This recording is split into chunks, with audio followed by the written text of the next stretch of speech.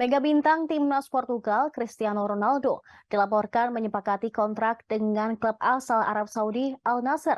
CR7 bakal dikontrak selama 2,5 tahun dan akan bergabung secara bebas transfer mulai 1 Januari 2023 mendatang. Status bebas transfer tersebut menyusul putusnya kontrak Ronaldo dengan Manchester United pada November lalu.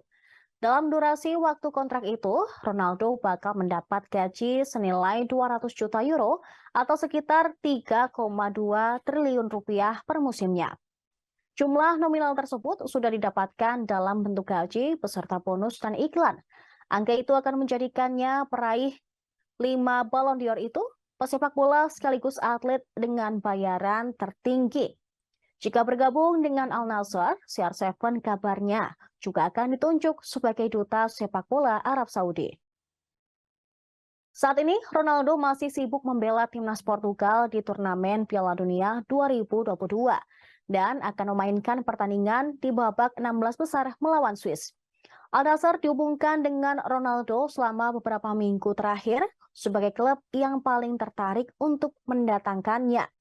Meski sempat dirumorkan tidak akan pindah ke klub lain selain Eropa, tetapi tampaknya transfer ini bakal benar-benar segera terwujud.